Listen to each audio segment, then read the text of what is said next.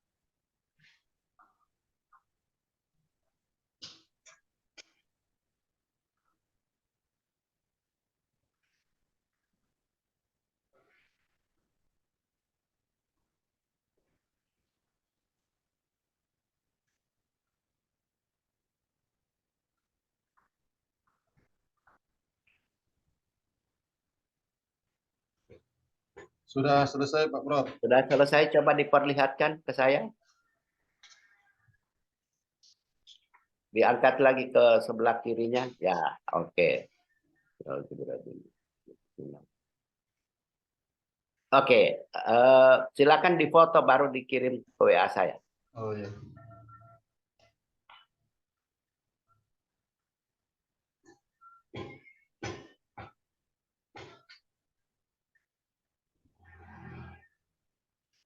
Ditulis namanya juga.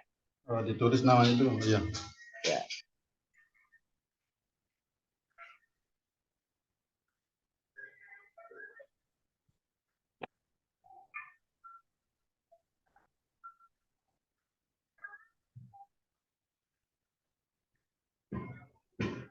Oke. Ya, saya foto dulu ini, Pak Prof. Ya. Oke, silakan diambil Qurannya. Ya.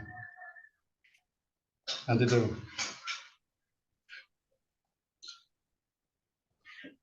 Sudah, Pak Prof. Dibuka saja di tengah-tengah. Ya. Oke, silakan bacakan beberapa ayat.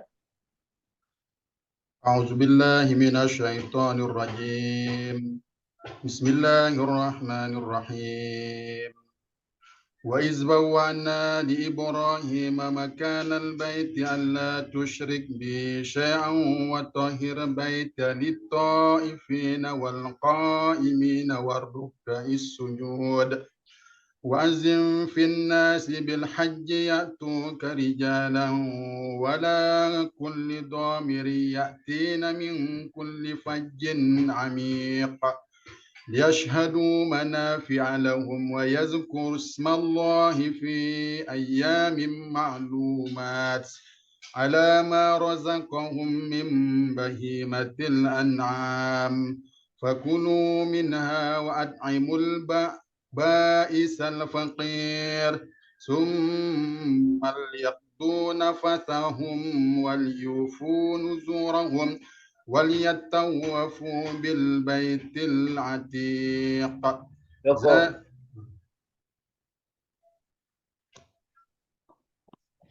Oke, baik. Selanjutnya saya minta kepada Saudara Ahmad untuk bisa mempraktikkan secara singkat mulai dari pendahuluan, kemudian kegiatan inti, dan terakhir adalah penutup. Silakan. Ya. Bismillahirrahmanirrahim. Assalamualaikum warahmatullahi wabarakatuh. Bagaimana kabarnya anak-anakku sekalian? Alhamdulillah, mudah-mudahan kita semua dalam keadaan sehat walafiat dan bisa menjalankan aktivitas kita secara normal dan tetap dalam keadaan semangat. Sebelum kita masuk ke pembelajaran, mari kita sama-sama mengawali pertemuan kita pada pagi hari ini dengan sama-sama berdoa. Silahkan kepada Nanda, Ketua Kelas, untuk memimpin teman-temannya untuk berdoa. Silahkan. Ya, terima kasih saya ucapkan kepada Nanda, Ketua Kelas. Selanjutnya anak-anakku sekalian, sebelum kita lanjutkan kepada pembahasan materi, saya akan mengabsensi dulu kalian semua. Saya lihat semua bangku terisi, berarti tidak ada yang alfa. Semuanya hadir, alhamdulillah. Nah, selanjutnya anak-anak sekalian, untuk memperlancar proses belajar mengajar kita, tentunya silakan perhatikan di dalam bangku, di bawah kiri kanannya mungkin ada sampah. Tolong dipungut dan ditaruh di bak sampah sebelum kita untuk mulai pembahasan materi. Ya, silahkan. Terima kasih anak-anakku sekalian. Selanjutnya anak-anakku sekalian, pada pertemuan ini kita akan membahas tentang materi sholat jamak dan qashar. Tetapi sebelumnya, kemarin pada pertemuan pada minggu yang kemarin, tentunya kita telah mempelajari apa, masih ingat anak-anak sekalian pelajaran apa yang kemarin, materinya apa? Ya, bagus, masih ingat. Nah, sekarang kita akan mempelajari tentang materi sholat jamak dan qashar. Ada yang sudah memahami, sudah apa gambaran kalian tentang sholat jamak dan qashar ini? Coba Nanda, Hamka, silakan jelaskan. Bagus, ya, alhamdulillah. Nah, ini contoh teman kalian yang berani untuk menjawab pertanyaan. Nah, sudah bagus. Sekarang untuk selanjutnya, untuk dimaklumi oleh anak-anakku sekalian, tujuan pembelajaran pada materi ini adalah bagaimana peserta didik nanti bisa menganalisis ketentuan sholat jamak dan qashar ini sehingga bisa menjalankan kewajibannya dimanapun dan dalam keadaan apapun. Nah, itu tujuan pembelajarannya. Adapun capaian pembelajaran yang kita akan raih atau kita akan mendapatkan adalah, pertama, peserta didik bisa menganalisis tentang pengertian tentang pengertian sholat jamak dan qashar. Yang kedua, bisa memahami dalil dasar hukum daripada ketentuan sholat jamak dan qashar ini.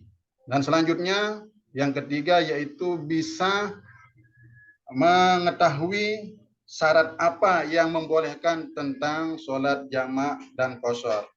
Nah, oleh sebab itu perlu diperhatikan oleh anak-anak semua. Kita masuk kepada pembahasan materi.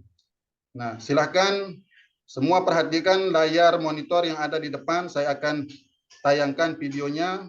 Nah, langkah-langkah pembelajaran kita pada hari ini, tentunya pertama kalian akan saya tayangkan video, nanti silahkan analisis video yang saya tayangkan, sehingga nanti akan saya suruh satu persatu untuk presentasikan apa yang kalian bisa dapatkan daripada menganalisis tentang video yang saya tayangkan ini. Silakan perhatikan ke depan juga anak-anak. Ya. Ya, itulah video yang sudah saya tayangkan. Silakan Saya harapkan bisa kalian selesaikan apa yang kalian bisa analisis dari video tersebut. Selanjutnya, saya berikan kepada anak-anakku untuk bertanya tentang apa yang belum dipahami dari video tersebut. Ya, bagus. Jadi, dasar hukum daripada sholat atau ketentuan daripada sholat jamaah ini ada dalam Al-Quran. Tentunya ini sebagai keringanan bagi kita untuk melaksanakan kewajiban kita dimanapun dan dalam keadaan apapun. Itu saking pentingnya. Nah, saya persilahkan Nanda Baharullah untuk mempresentasikan apa hasil analisanya dari video tersebut. Nah, alhamdulillah, jadi sudah kita dengarkan analisa dari teman kalian Nanda Baharullah. Mungkin ada yang bisa melengkapi, silakan. Ada yang bisa menjelaskan tentang video yang tadi dengan seperti temannya Nanda Baharullah? Ya, silahkan. Ya, alhamdulillah, bagus sekali. Nah, ini anak-anak yang hebat ini sudah bisa menganalisis video pembelajaran dan sudah sangat bagus sekali. Oke, anak-anakku sekalian, setelah kita mempelajari tentang materi sholat jamak dan qashar ini, tentunya kita akan akhiri pertemuan kita pada pagi hari ini. Tetapi sebelum kita akhiri, ada nanti soal-soal yang saya akan berikan, dan soal-soal ini saya akan kirim lewat grup WA anak-anakku sekalian. Itu dikerjakan nanti dan silahkan dikumpulkan pada waktu pertemuan yang akan datang. Dan untuk dimaklumi, untuk pertemuan yang akan datang, kita akan membahas tentang kurban dan akikah. Nah, jadi untuk tugasnya pada hari ini saya akan kirim lewat grup WA, dan nanti pas pada pelajaran yang akan datang kita akan dikumpulkan dan kita akan lihat hasil daripada tugas-tugas kalian. Nah, itu anak-anak sekalian, sehingga materi pada saat ini adalah tentang sholat jamak dan qashar. Tentunya kalian harus memahaminya dan bisa mengaplikasikannya nanti pada waktu di mana sholat jamak dan qashar itu dilaksanakan. Misalnya kalian musafir atau dalam keadaan situasi cuaca ekstrim dan hal-hal yang membolehkan kita melaksanakan sholat jamak dan qashar ini, anak-anakku. Sehingga tidak ada istilahnya alasan untuk kita tidak melaksanakan sholat fardu ini. Saking pentingnya kita diberikan keringanan. Nah, itu. Nah, selanjutnya anak-anak sekalian, karena waktu yang sudah habis, tentunya seperti biasa untuk mengakhiri pertemuan kita pada hari ini, kita berdoa untuk mencari keberkahan. Semoga apa yang kita pelajari, apa yang kita diskusikan pada hari ini menjadi ilmu yang bermanfaat, yang barokah. Amin, amin ya rabbal alamin. Silakan kepada Nanda, ketua kelas kembali, saya harapkan untuk memimpin temannya untuk berdoa. Silakan. Ya, terima kasih banyak kepada Nanda, ketua kelas, karena sudah memimpin teman-temannya untuk berdoa. Nah, saya akhiri pertemuan pada pagi hari ini dengan ucapan sekian. Wallahul muwaffiq wal hadi ila sabil rasyad. Wassalamualaikum warahmatullahi wabarakatuh. Baik, Pak Ahmad. Ya. Eh, tadi yang dipraktekkan itu materi tentang apa? Tentang sholat jamak dan qashar. Sholat jamak dan kasar. Kalau materi tentang sholat, itu biasanya ada di kelas berapa? Di kelas 7. Biasanya di kelas 7 materi-materi berkaitan dengan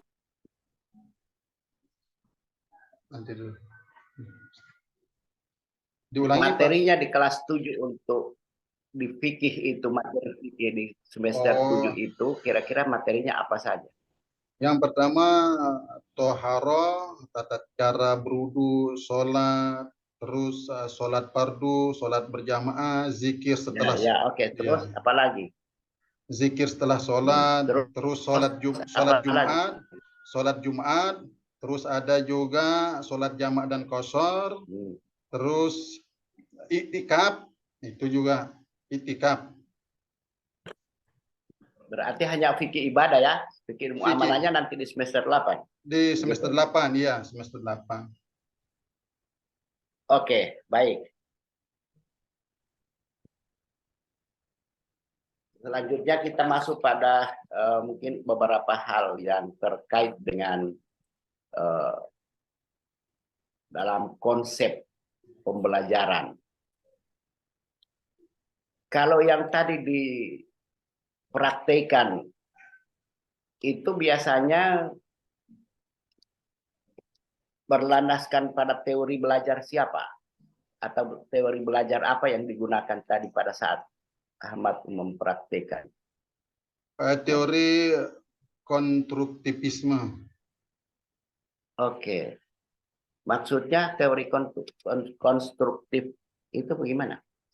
Jadi membangun siswa untuk menyelesaikan masalah. Seperti yang tadi kan kita berikan dia gambaran, video, nanti dia analisis, sehingga dia terbangun untuk menalarkan, istilahnya menulis apa yang ada di sana, dan bisa membangun kebersamaannya untuk mengerjakan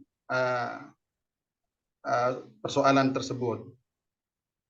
Oke, berarti dia ingin membangun konsep atau teori menurut pendapatnya. Itu yang saudara maksud Ya, daripada teori konstruktif. ya. Oke, kalau teori itu kira-kira selama ini tidak mengalami kendala atau mungkin ada kesulitan. Kalau teori itu yang sering digunakan.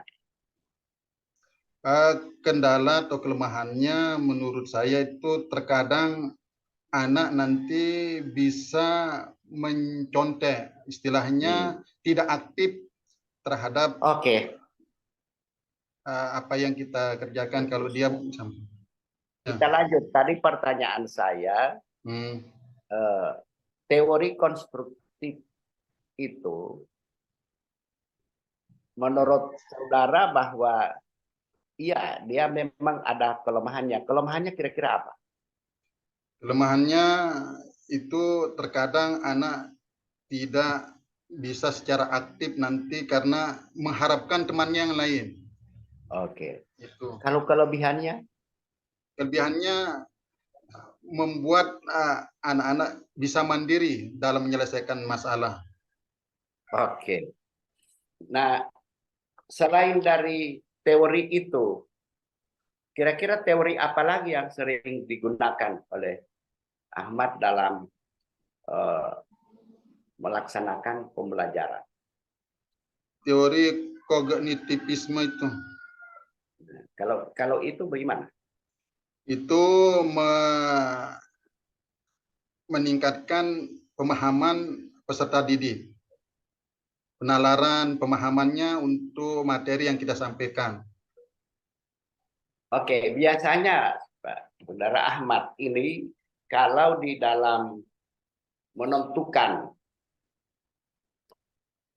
teori apa yang mau diterapkan, atau pertanyaan saya, apakah semua teori yang ada dalam pembelajaran itu, katakanlah yang tadi konstruktif, apa semua materi pelajaran yang disebutkan tadi, kan ada masalah tohara, ada masalah zakat, ada masalah kurban, ada masalah ibadah-ibadah lain.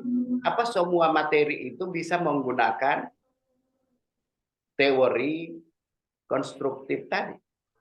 Tidak semuanya, tidak bisa semuanya. Ada beberapa materi yang bisa kita terapkan untuk konstruktivisme itu, ada yang tidak.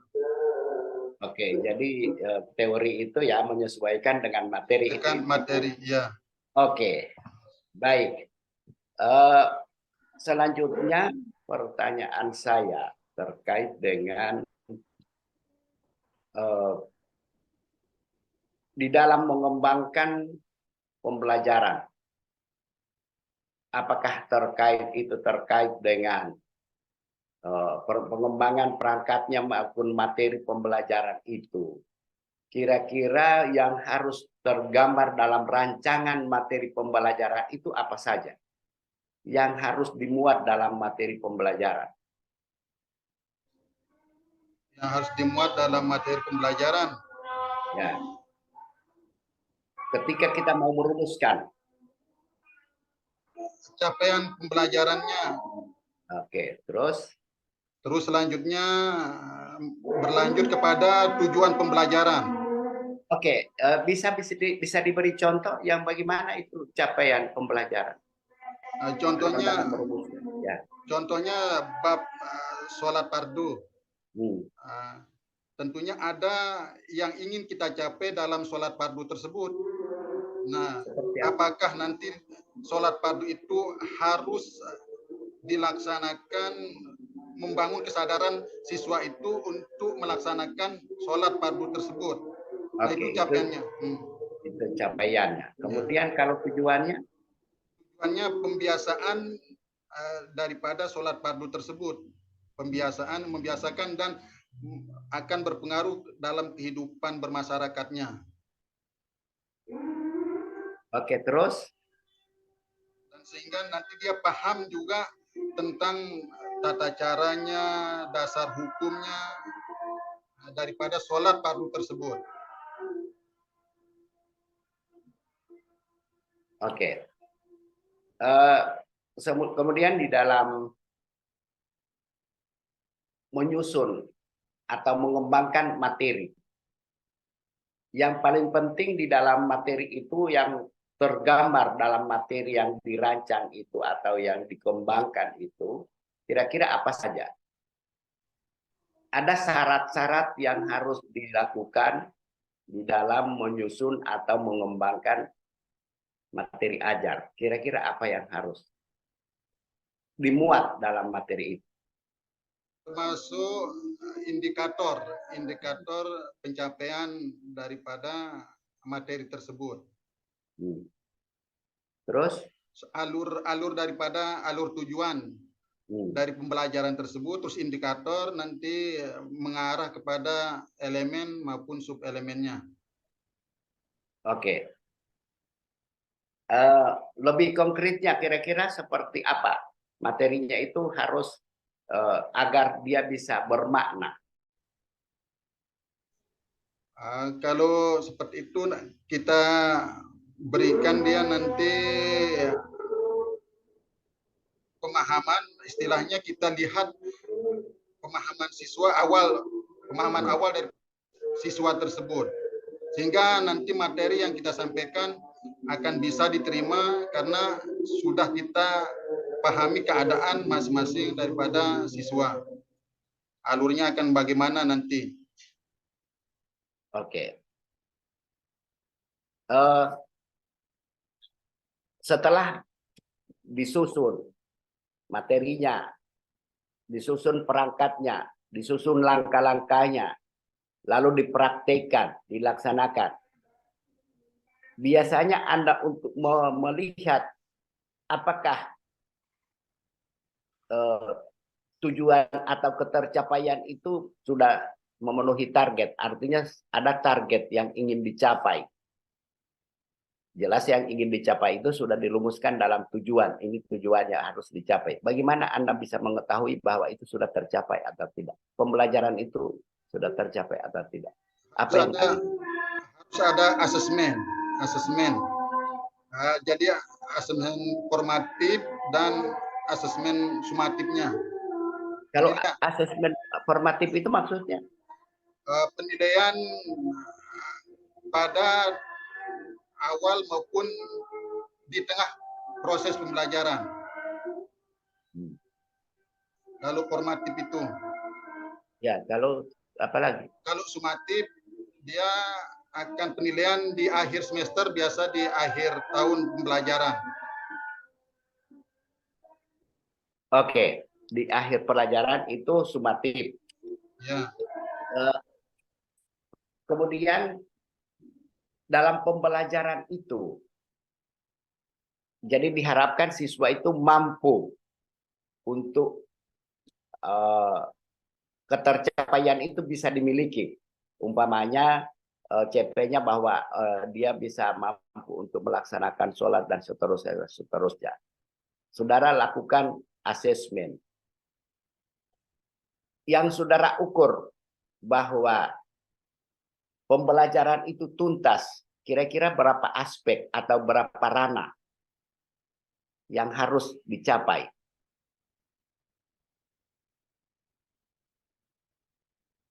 Suaranya, Pak. 3 ranah. Oke, apa saja? Kognitifnya.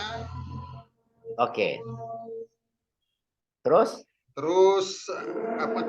sikap, nilai sikap dan keterampilannya. Oke, kalau di dalam asesmen untuk kognitif, biasanya Pak Ahmad menggunakan instrumen apa? Bentuk instrumennya seperti apa? Instrumen penilaian untuk formatif sistem tes. Nah, oke. Tes. Apalagi selain dari tes? Bisa juga dengan wawancara, istilahnya tanya jawab. Lisan ya. Iya.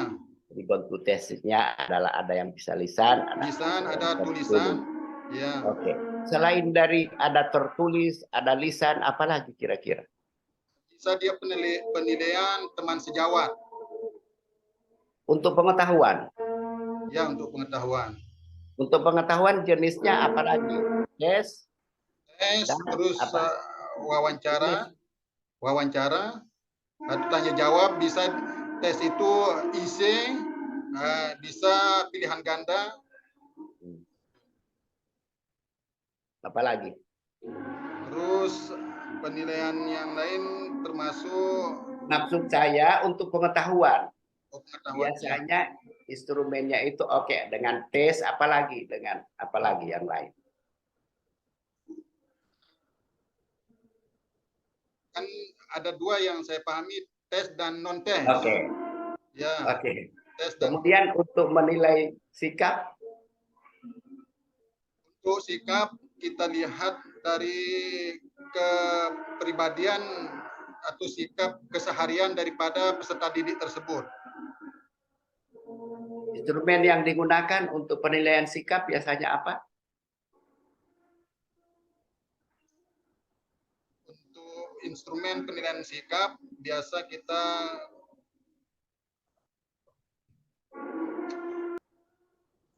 penilaian teman sejawat atau ya. Apalagi?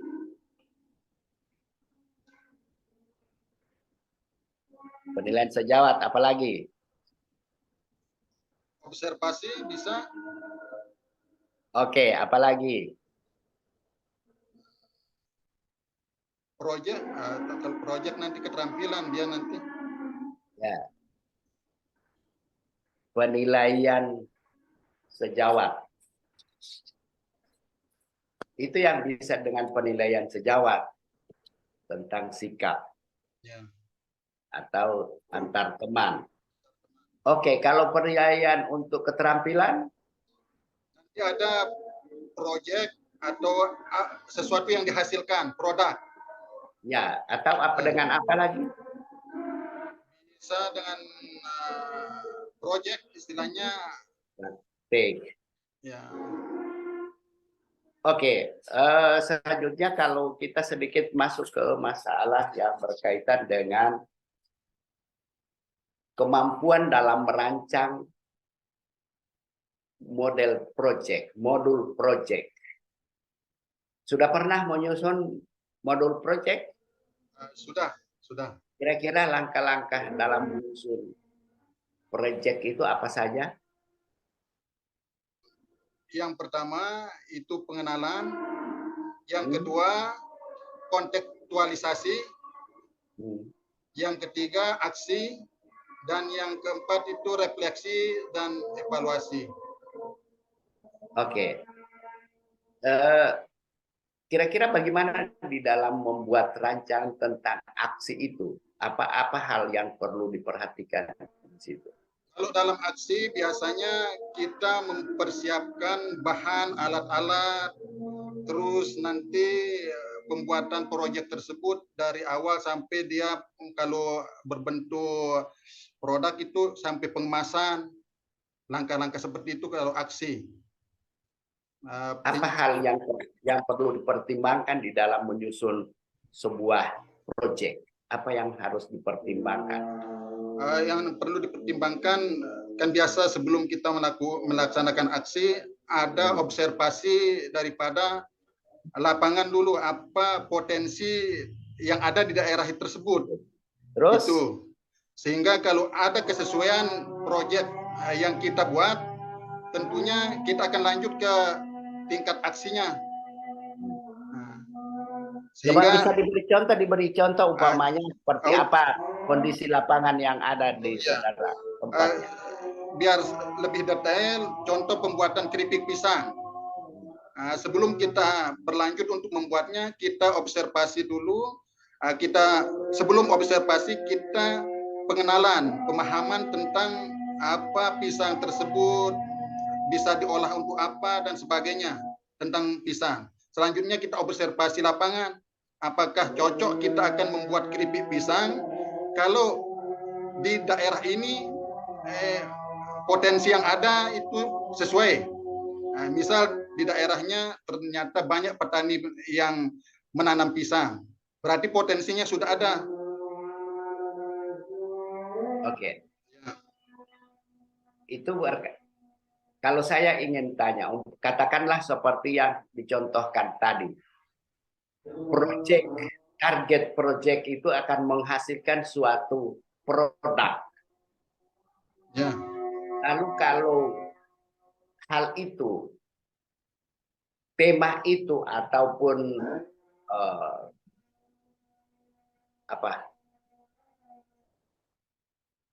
apa yang dihasilkan itu, coba kalau saudara bisa kaitkan dengan, apakah ada kaitannya dengan moderasi beragama? Dengan moderasi beragama, ya, istilahnya nanti akan berdampak kepada makanan sehat.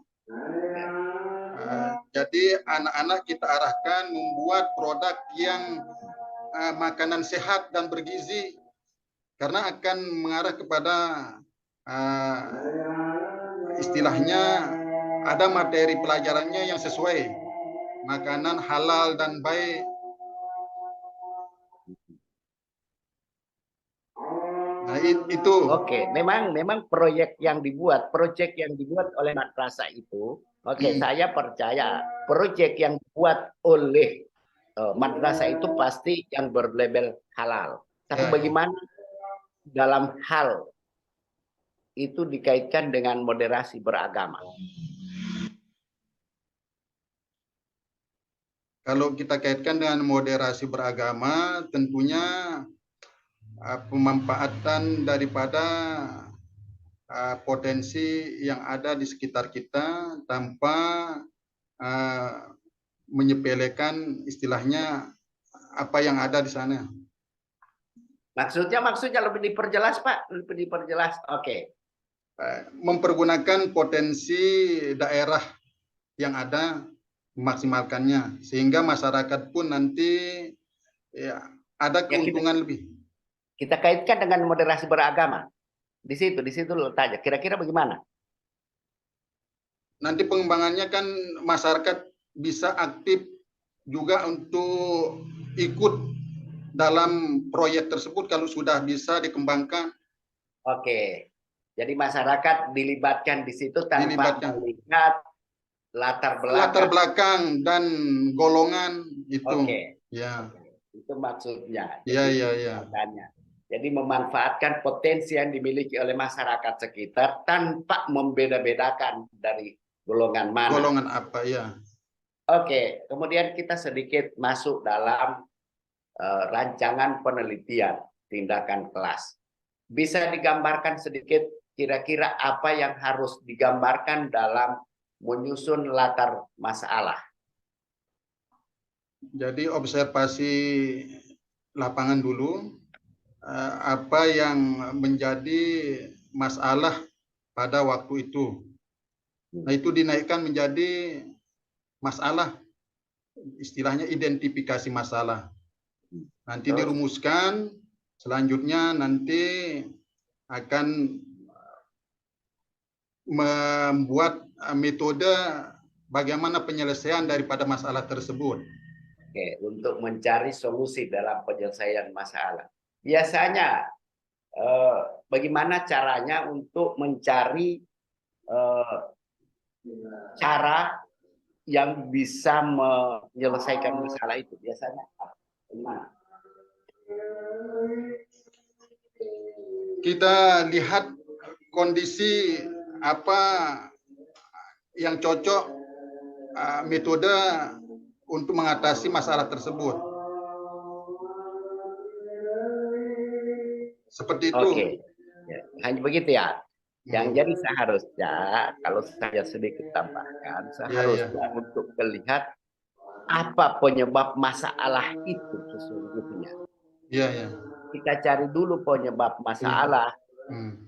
Nanti kalau memang kita sudah menemukan penyebab masalah yang dominan itu adalah ini, maka kita harus mencari kira-kira apa yang bisa menyelesaikan itu. Kita harus terlebih dahulu untuk mencari penyebab masalah. Kita sudah lihat masalah ada, terjadi masalah lewat observasi. Masalah itu harus ditelusuri dulu, kira-kira apa penyebabnya. Penyebabnya ini karena guru tidak menggunakan metode yang tepat.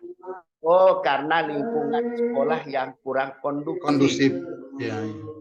Maka oleh karena itu dicari apa solusinya.